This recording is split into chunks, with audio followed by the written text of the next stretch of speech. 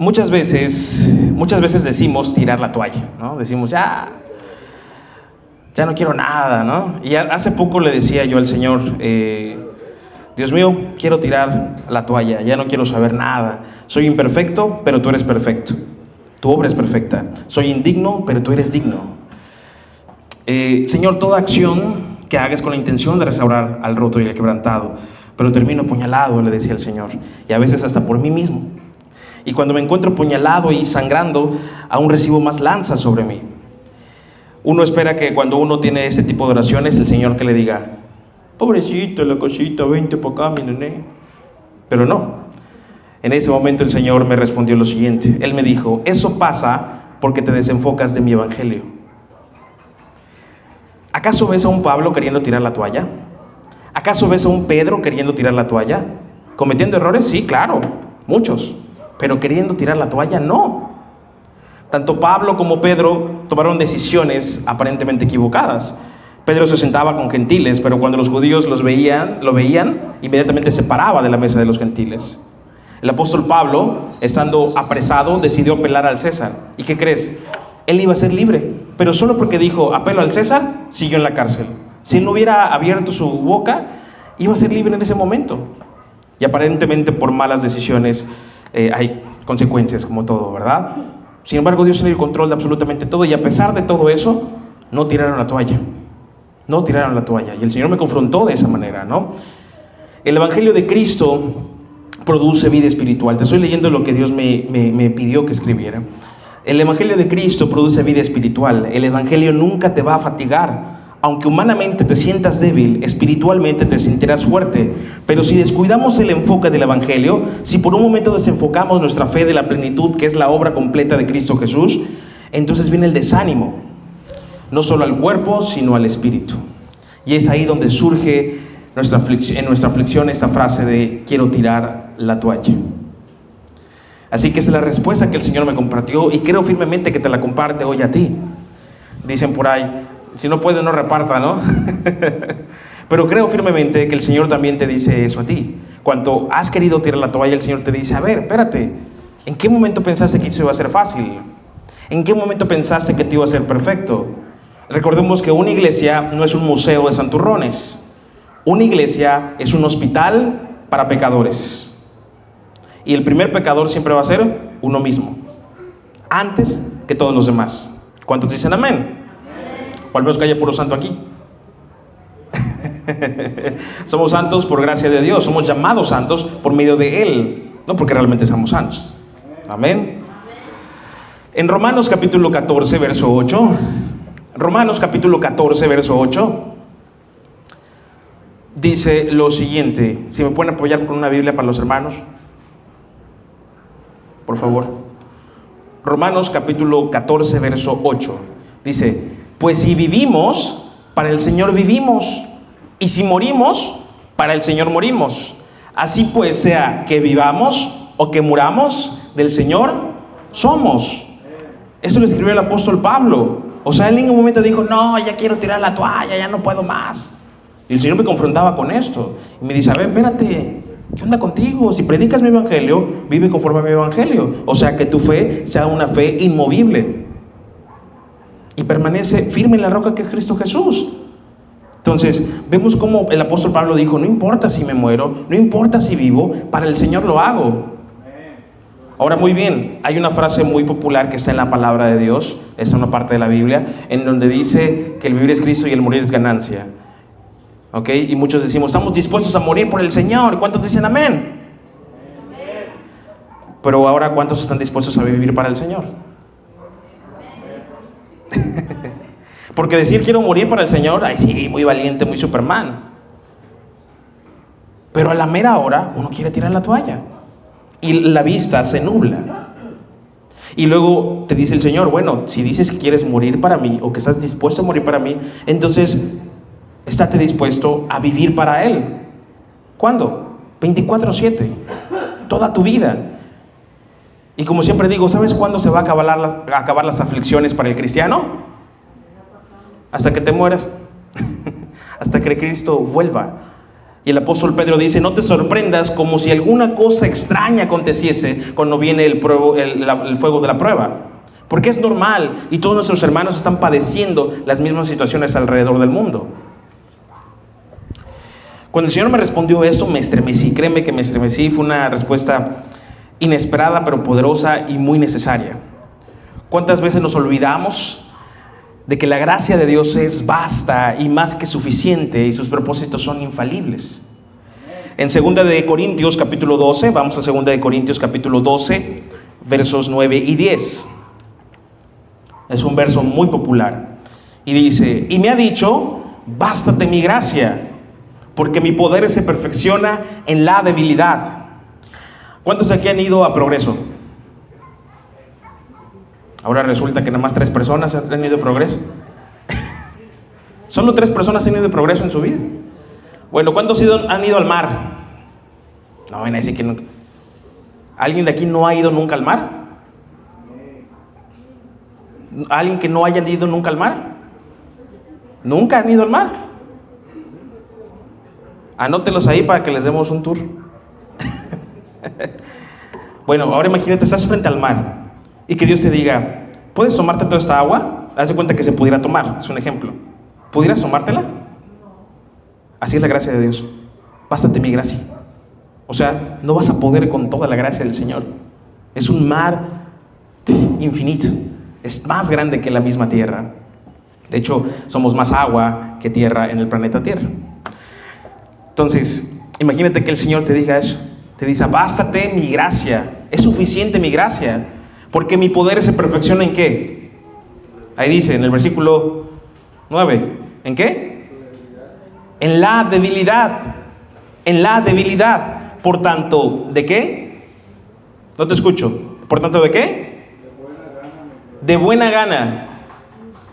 O sea, sin berrinches. De buena gana me gloriaré más bien ¿en qué? En mis debilidades, para que repose sobre mí el poder de Cristo. Por lo cual, por amor a Cristo, me gozo en las debilidades, en afrentas, en necesidades, en persecuciones, en angustias, porque cuando soy débil, entonces soy fuerte. No yo, sino Cristo en mí. ¿Cuántos dicen amén? Es necesario que para aferrarte a la fuente de agua viva que es Cristo Jesús, es necesario la fe. Una fe inquebrantable. Una fe tan solo como un granito de mostaza. Pero no se refiere a que permanezca ese granito de mostaza así. Se refiere a cuando crece este árbol, esta semilla de mostaza. Y es uno de los árboles más grandes que hay en el mundo. A eso se refiere el Señor. Tan solo un granito, como un granito de mostaza, pero para que crezca, no para que se quede estancado. Así debe ser nuestra fe, una fe como un granito de mostaza, para que se convierta en uno de los árboles más grandes del mundo. Tenemos que fortalecer nuestra fe. ¿Y cómo es que nuestra fe produce un fruto? A través de la prueba. A través de la prueba. Pero ¿qué pasa con nosotros los cristianos? Nos ponemos a renegar ¿de qué? De la prueba. Porque ¿a quién le gusta ser probado? ¿A quién le gusta ser atacado? ¿A quién le gustan los procesos difíciles? A nadie. Evidentemente decimos: no manches, estás loco, pastor. ¿Cómo crees que voy a gozarme en la aflicción? Si nos diéramos cuenta que esa prueba nos produce paciencia, y que la paciencia no es tranquilidad. La paciencia bíblica significa paz en las tormentas. Paz en medio de la tormenta. Entendiéramos que no importa la tormenta, lo importante es que estemos en Cristo Jesús. Que no importa si perdemos una mano o un pie, lo importante es que estamos completos en Cristo Jesús. Pero tenemos que entregar nuestra vida al Señor. Entonces cuando estamos en el Señor, sí viene la aflicción, pero el panorama cambia. Como alguien que sí tiene una esperanza verdadera. Mientras que el que se aflige sin Cristo, se aflige sin ninguna esperanza. A cambio, los cristianos que se afligen sabiendo que esto es pasajero y que un día verán a su Señor cara a cara. Pero no todo es color de rosa. Y en la palabra de Dios vemos a muchas personas que sufren de muchos y constantes ataques. Escándalo de último momento. Abraham embarazó, ¿a quién creen? A su sirvienta. Como novela mexicana. Escándalo de último momento. Escándalo de última hora. David embarazó a Betsabé. Noticia del año. Encuentran a Jesús en una fiesta de pecadores comiendo 5 tortas de carnitas con 3 copas de vino. ¿Qué pasó? Eso está en la Biblia. No así tal cual como lo estoy leyendo. Vamos a Mateo capítulo 11, verso 16. Este es el último escándalo que leí. Está inspirado en este pasaje. Mateo capítulo 11, versos del 16 al 19.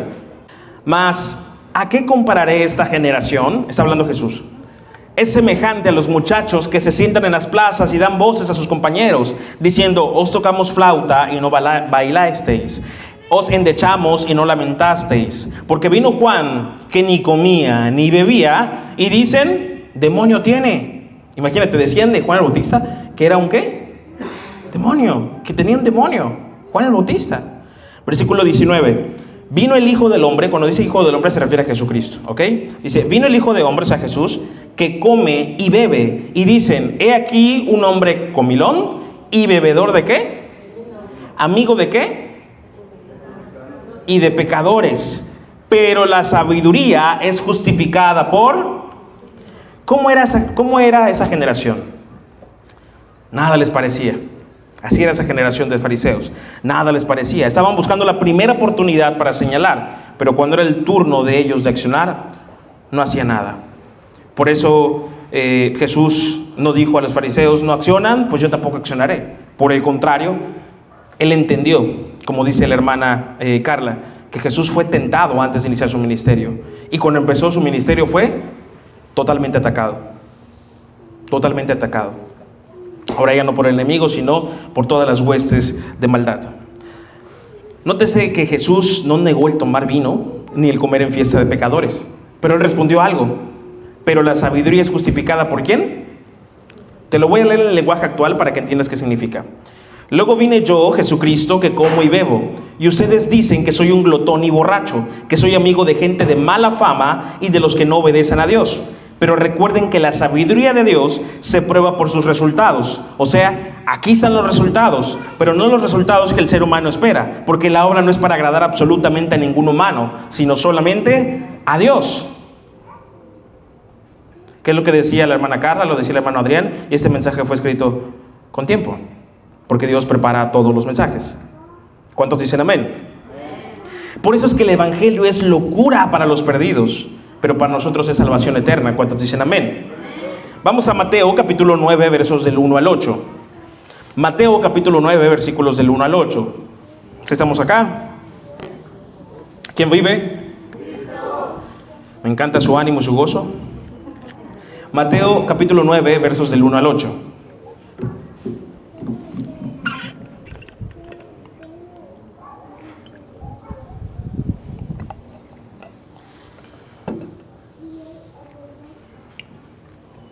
Dice así: entonces, entrando Jesús en la barca, pasó al otro lado y vino a su ciudad. Y sucedió que le trajeron un paralítico, tendido sobre una cama. Y al ver Jesús la fe de ellos, dijo al paralítico: ten ánimo, hijo, tus pecados te son perdonados. Entonces algunos de los escribas decían dentro de sí: este blasfema. Y conociendo Jesús los pensamientos de ellos, dijo: ¿por qué pensáis mal en vuestros corazones? ¿Por qué es más fácil decir: los pecados te son perdonados, o decir: levántate y anda? Pues para que sepáis que el Hijo del Hombre tiene potestad en la tierra para perdonar pecados. Dice entonces al paralítico: levántate, toma tu cama y vete a tu casa. Entonces él se levantó y se fue a su casa. Y la gente al verlo se maravilló y glorificó a Dios, que había dado tal potestad a los hombres. ¿Te diste cuenta el ataque inmediato que recibió Jesús? Él dijo: tus pecados te son perdonados. Inmediatamente blasfemaron en su nombre. ¿Cómo es posible? ¿Cómo es posible que tú blasfemes de esa manera? Y Jesucristo, escuchando sus pensamientos, le respondió: ¿qué es más fácil de decir? ¿Tus pecados te son perdonados? O levántate y anda. Lo que estaba tratando de decir el Señor es: puedo levantar al paralítico. Y como puedo levantar al paralítico, puedo perdonar sus pecados. ¿Amén o no amén? Es una locura que Jesús, el hijo de un carpintero, según los escribas, estuviera perdonando pecados. Es una locura que gente como tú y como yo ahora tengamos una nueva vida en Cristo Jesús. Es una locura para la gente del mundo que el borracho, el drogadicto, la prostituta, el homosexual, el adúltero, el fornicario, el mentiroso, ahora sean una nueva criatura. Es una locura. Es una locura que no lo puede entender el ser humano. Pero a veces como cristianos se nos olvida. Se nos olvida que hemos recibido esa gracia, que es un regalo inmerecido. Yo no me lo merezco, tú tampoco te lo mereces. Es un regalo inmerecido. No somos salvos por nuestras obras, somos salvos por la gracia de Jesucristo, por su sangre preciosa. Cuando nos arrepentimos de nuestros pecados. Decía hoy en la mañana recordando, mucha gente nos gusta decir, Cristo te ama. Y es verdad, Cristo nos ama. Pero el amor verdadero del Señor es cuando te dicen, necesitas del Señor, arrepiéntete de tus pecados. Entrega tu vida verdaderamente al Señor. Juan capítulo 4, Dios está buscando adoradores que le adoren en espíritu y en verdad. ¿Por qué? Porque hay adoradores que no están adorando. Hay adoradores que están empolvados y están dejando enterrados sus talentos. Y hoy el Señor ya no quiere más eso. Hace un año, me acuerdo muy bien que nuestra oración, junto con el pastor Sergio, hoy en la mañana lo estaba recordando, decíamos mucho la frase de, Señor, si perdemos la visión, destrúyenos. Y hace un rato que estaba repasando este mensaje, leí la parte en donde el Señor me respondió lo que te dije al principio. Y recordaba una y otra vez esta misma oración. La oración que también recordé en la mañana. Si perdemos el enfoque, destrúyenos. Si perdemos el enfoque, destrúyenos. Y decía, Señor, somos barros en las manos del alfarero. Evidentemente, si perdemos el enfoque, nos vas a destruir, pero no nos vamos a quedar ahí, sino que tú nos vas a hacer de nuevo. Nos haces de nuevo. Nos haces de nuevo y muchísimo mejor, porque el alfarero no lo hace para repetir el mismo error. El alfarero lo vuelve a construir con el objetivo de que se vaya perfeccionando la obra. ¿Y la obra de quién es? Vamos a Juan capítulo 6. Este es el centro del mensaje. Juan capítulo 6.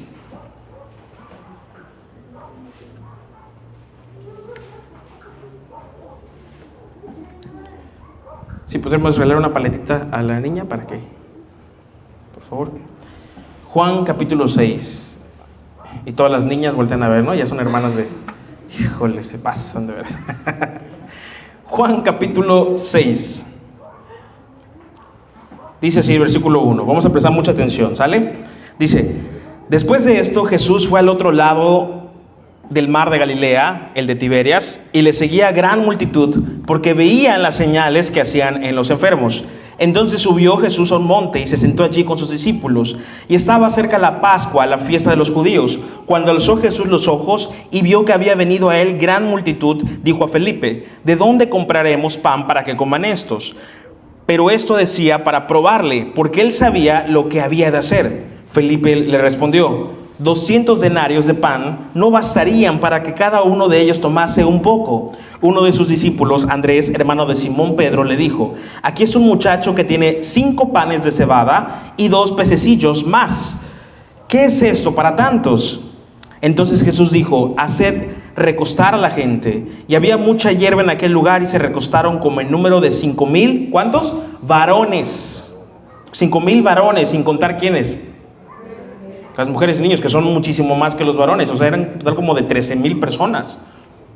Dice así, y tomó Jesús aquellos panes y habiendo dado gracias, los repartió entre los discípulos y los discípulos entre los que estaban recostados, asimismo de los peces cuanto querían. Y cuando se hubieron saciado, dijo a sus discípulos, recoged los pedazos que sobraron para que no se pierda nada. Recogieron pues y llenaron 12 cestas de pedazos, que de los 5 panes de cebada sobraron a los que habían comido. Aquellos hombres entonces, viendo la señal que Jesús había hecho, dijeron, este verdaderamente es el profeta que había de venir al mundo. Pero entendiendo Jesús que iban a venir para apoderarse de él y hacerle rey, volvió a retirarse al monte él solo.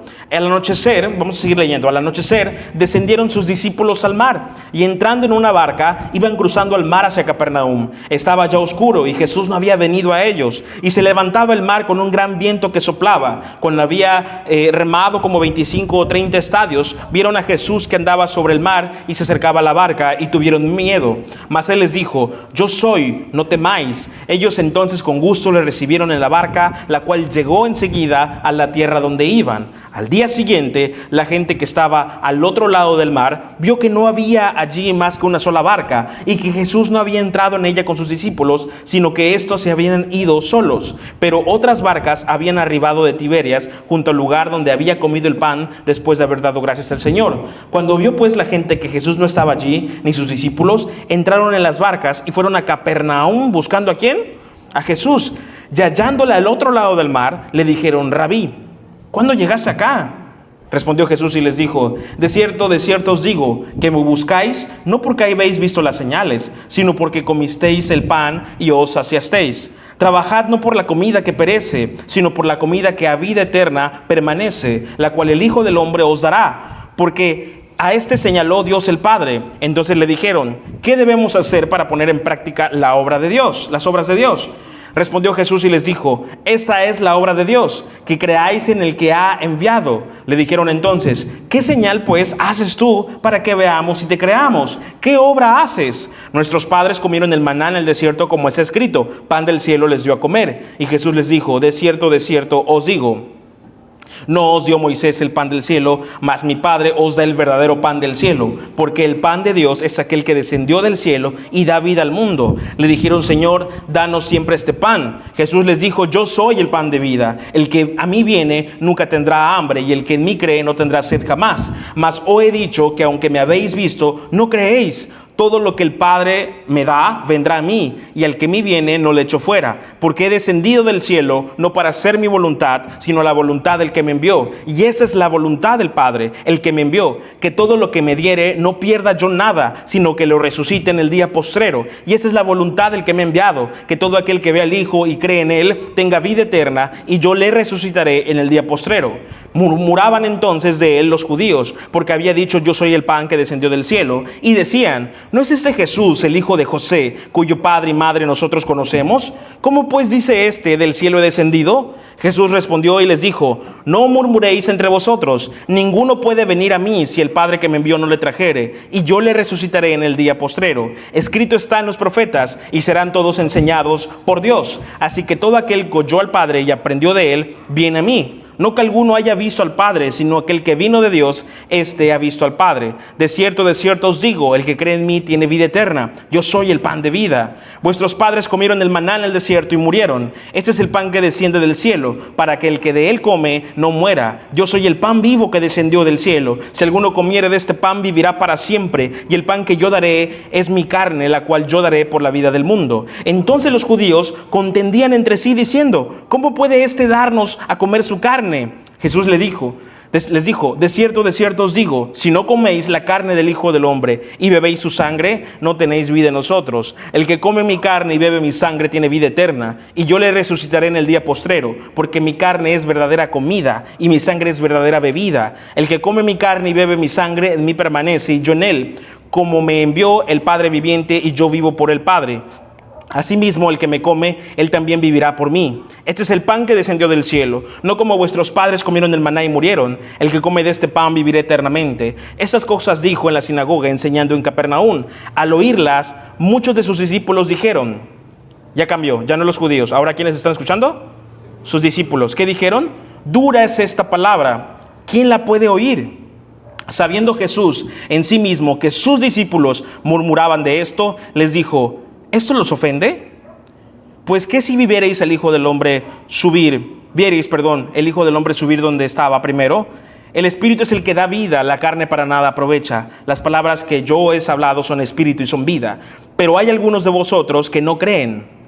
Porque Jesús sabía desde el principio quiénes eran los que no creían y quién le había de entregar. Y dijo: por eso os he dicho que ninguno puede venir a mí si no le fuere dado por el Padre. Desde entonces muchos de sus discípulos volvieron atrás y ya no andaban con él. Dijo entonces Jesús a los 12: ¿queréis acaso iros también vosotros? Le respondió Simón Pedro: Señor, ¿a quién iremos? Tú tienes palabras de vida eterna, y nosotros hemos creído y conocemos que tú eres el Cristo, el Hijo del Dios viviente. Jesús le respondió: no os he escogido yo a vosotros los 12, y uno de vosotros es diablo. Hablaba de Judas Iscariote, hijo de Simón, porque ese era el que le iba a entregar y era uno de los 12. Solo con la pura lectura de la palabra nos damos cuenta de la primera enseñanza que hay detrás de todo esto.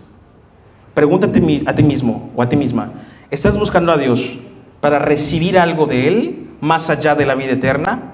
¿Estás buscando a Dios para recibir alimento terrenal o alimento espiritual? Aquí vemos cómo la gente recibió el milagro de comer hasta llenarse y sobró comida. Y muchas horas después estaban diciendo que no había señal alguna para demostrar que Jesús era el Salvador. Y cuando Jesús les dijo: me estás buscando solamente por lo que te puedo dar, pero ahora cómeme a mí, ten vida eterna. ¿Qué dijo la gente?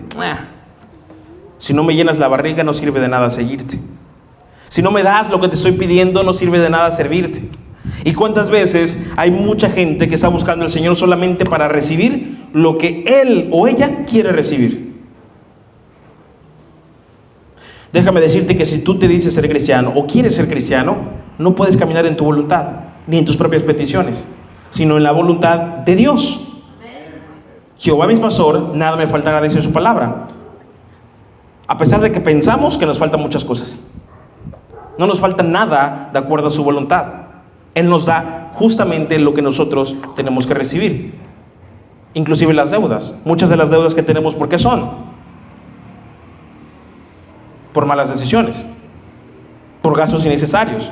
Hay otras que sí son necesidad, pero otras tantas no. Son procesos en los cuales nos metemos nosotros mismos. ¿Y qué decimos? Estoy en prueba. Estás en consecuencia, que es diferente. Pero para el que ama a Dios, todo obra, inclusive tus malas decisiones. Te dan aprendizaje, te dan enseñanza. Pero no para retroceder o para estancarte. Un cristiano que se estanca es como algo tibio. Y dice la palabra de Dios: o eres frío o caliente. Porque si eres tibio, ¿qué? ¿Alguien de aquí le gusta comer vómito? Alza su mano. ¿Quién ha comido vómito? ¿Quién le gusta comer vómito? A Dios tampoco. O eres frío o caliente. Porque si eres tibio, si no te decides, eres como un vómito para Dios. Hoy tienes que decidirte: ¿me entrego al Señor al 100% o no me entrego? Vamos a Mateo 11:28. Mateo 11:28. Fíjate que a pesar de todo, Jesús sentía compasión por todos.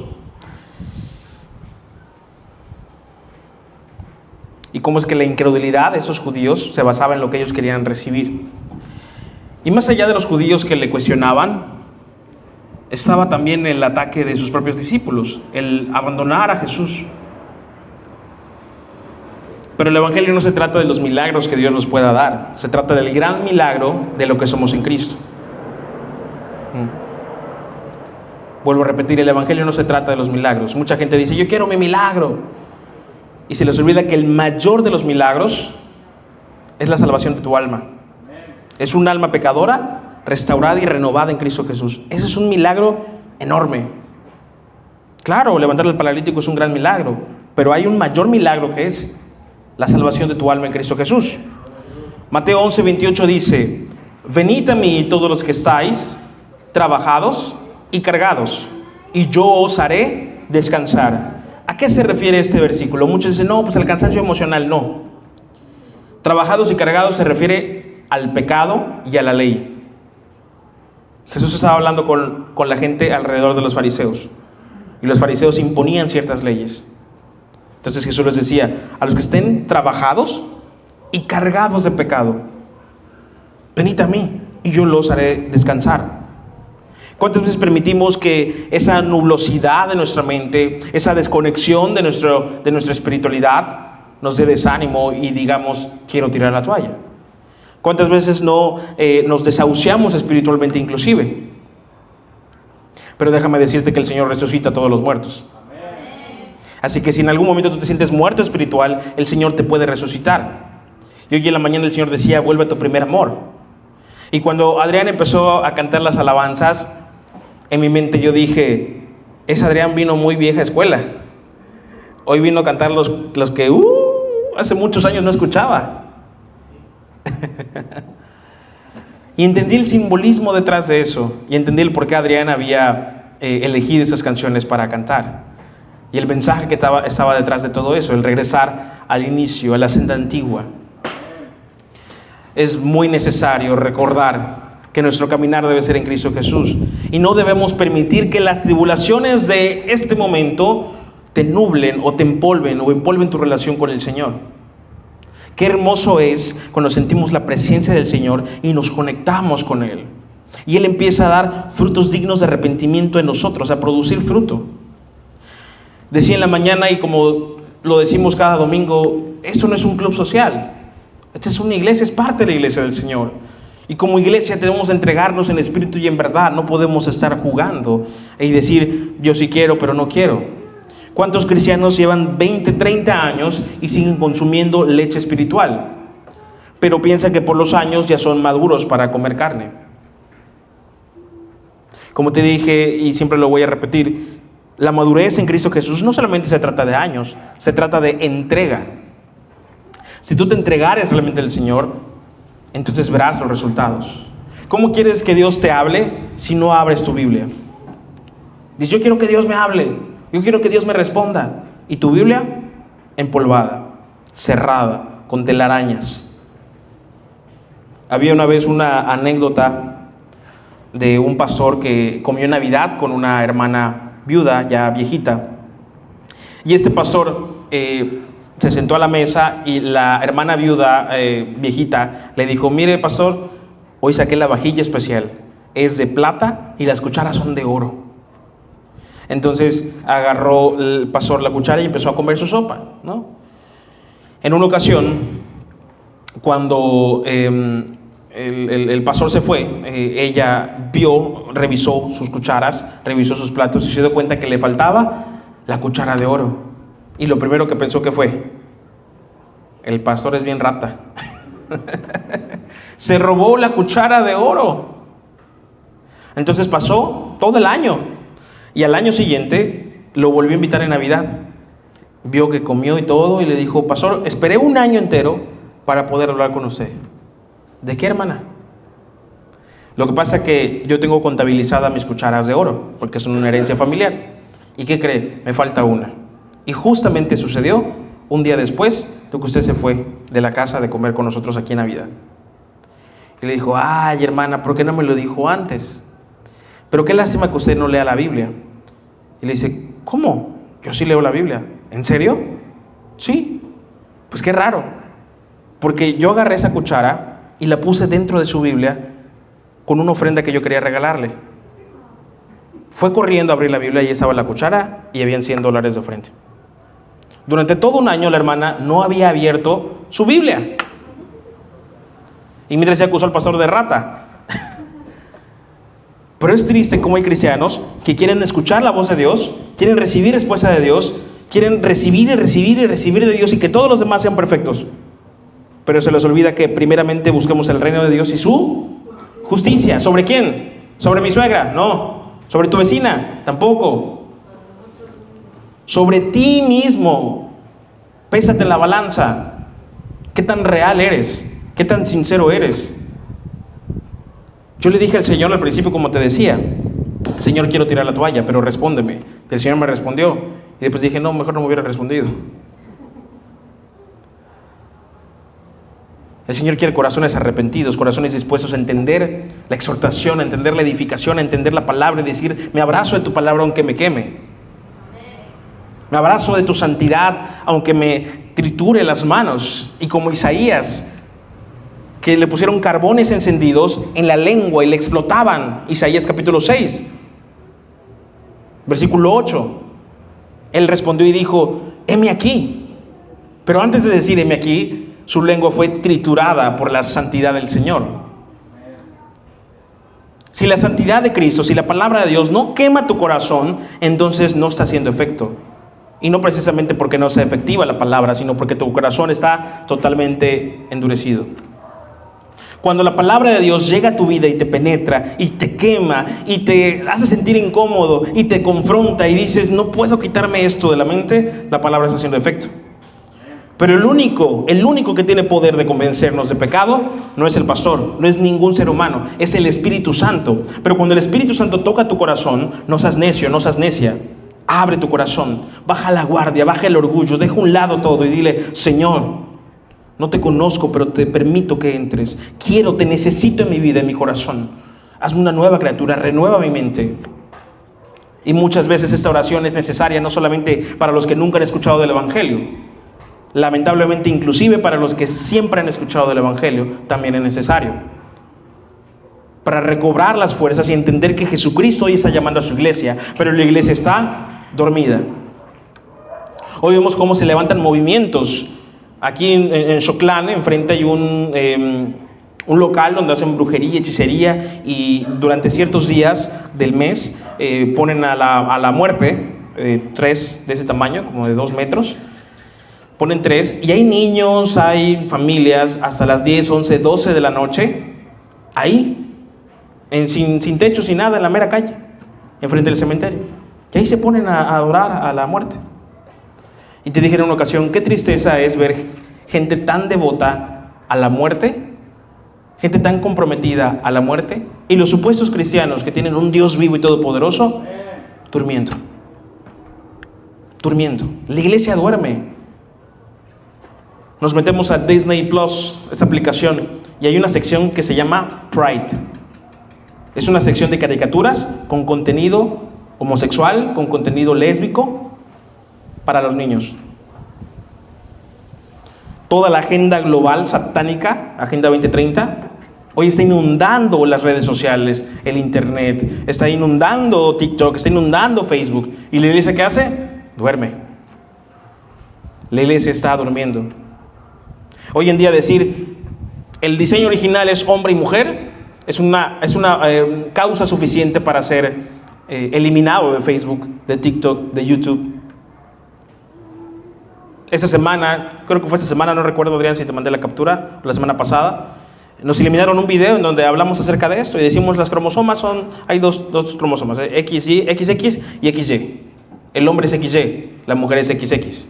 Solo dijimos eso. ¿Y sabes qué hizo TikTok? Nos eliminó el video por decir que biológicamente solo existen 2 géneros.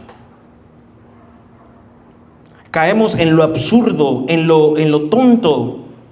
Ahora, no estoy diciendo que si viene aquí un transexual, un travieso, un homosexual, no lo vamos a recibir. Por el contrario, si viene un homosexual, un travieso, un transexual, lo vamos a recibir como te recibimos a ti. Y no le voy a predicar de su homosexualismo, le voy a predicar del arrepentimiento de sus pecados. Porque para mí es lo mismo el pecado de mentira que el de homosexualismo. Inclusive la palabra de Dios condena más el de mentira que el de homosexualismo. Y los dos necesitan arrepentimiento de sus pecados, todos. Por cuanto todos estamos destituidos de la gloria de Dios, por cuanto todos pecamos. Todos necesitamos del Señor. Pero hoy en día, vuelvo a repetirte, la iglesia está durmiendo. Y es algo profético. Es algo de los últimos tiempos. La apostasía tenía que entrar a la iglesia. Y la iglesia, vuelvo a repetirte, está dormida. ¿Y la culpa de quién es? De los pastores. No solo de los pastores. De los pastores y de los congregantes en sí. Realmente la iglesia del Señor es un grupo pequeño. Es un redil pequeñito alrededor del mundo. Y cuando una iglesia del Señor se levanta en espíritu y en verdad, también se levantan las huestes de maldad y todo su ejército. El diablo no se preocupa por la iglesia que duerme, se preocupa por los que intentan despertar. Pero si Dios, Jesucristo mismo, levantó a Lázaro, ¿no podrá levantarnos a nosotros como su iglesia? Es necesario que tú digas: Señor, yo necesito que tú me levantes. Yo necesito que tú me resucites. Yo necesito que me avives, que avives el fuego que hay en mí. Hoy yo necesito despertar. Hoy yo necesito ser un adorador que adora. Pero nos afanamos de más con los problemas del día a día. Y se nos olvida nuestra comunión con Dios. Y nos volvemos religiosos buscando a Dios cada domingo. Cada domingo estamos acá para escuchar la palabra porque pensamos que estamos cumpliendo con Dios. ¿Sabes cómo cumples con Dios? En casa, ¿Sabes cómo cumples con Dios? En tu mente. Cuando tú dispones en la mañana, hablar con el Señor. Pero si lo primero que dispones en tu mente es ver TikTok, los estados de WhatsApp, ¿qué es lo que hay en tu corazón? ¿Dios? Así de simple. ¿Qué es lo primero que viene a tu mente cuando despiertas? ¿TikTok, Facebook, YouTube o Dios? Es importante que tú regreses al primer amor. Es importante que tú retomes el camino. Metanoia, cambio de mentalidad, arrepentimiento. Mateo 9:35, ya voy a terminar. Mateo 9:35 al 38. Mateo capítulo 9, del 35 al 38.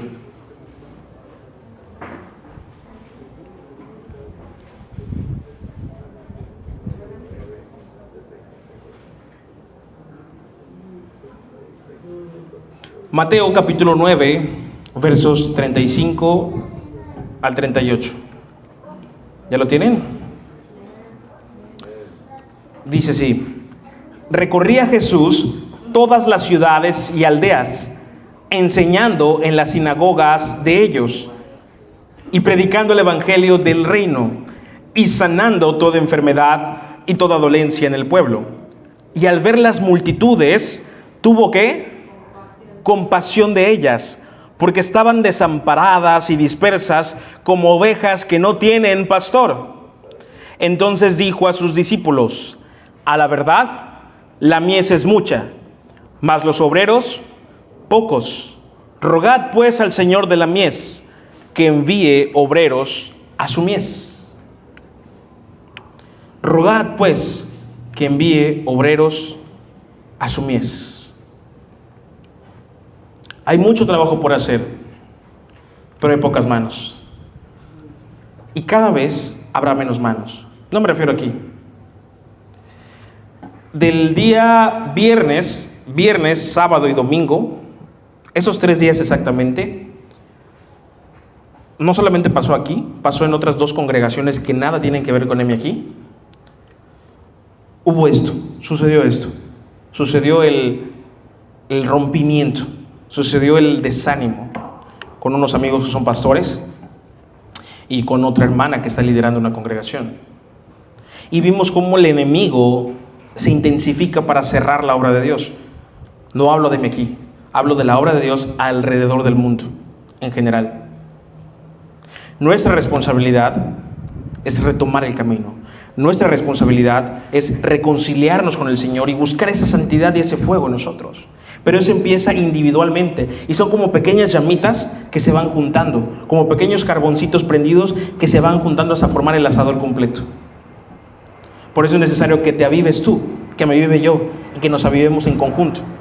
Es necesario que entiendas que cuando quieres tirar la toalla es simplemente porque has desviado tu mirada del propósito divino de Dios. Y el propósito divino de Dios ya fue trazado desde antes de la fundación del mundo para tu vida. En Filipenses capítulo 1, verso 6, y vamos a ponernos de pie con este versículo. Filipenses 1:6, vamos a buscarlo y nos ponemos de pie. Dice así: estando persuadido de esto, que el que comenzó en vosotros la buena obra, la perfeccionará hasta el día de Jesucristo. Vamos a leerlo todos juntos en voz alta. ¿Listos? Dice: estando que el que comenzó en vosotros la buena obra, la perfeccionará hasta el día de Jesucristo. ¿Cuántos dicen amén? Amén. Vamos a cerrar nuestros ojos. Si estás buscando una iglesia cristiana en donde congregarte, contáctenos enviándonos un mensaje vía WhatsApp al 9991-01-8419. O igual si necesitas oración o aprender más sobre la palabra. Somos M aquí, Iglesias Cristianas. No importa en qué parte del mundo o México estés, tenemos un lugar para ti en cada ciudad. Recuerda suscribirte a nuestro canal de YouTube y seguirnos en nuestras redes sociales: Facebook, Instagram, Twitter, TikTok. Dios te bendiga y recuerda, nunca es tarde para regresar a casa.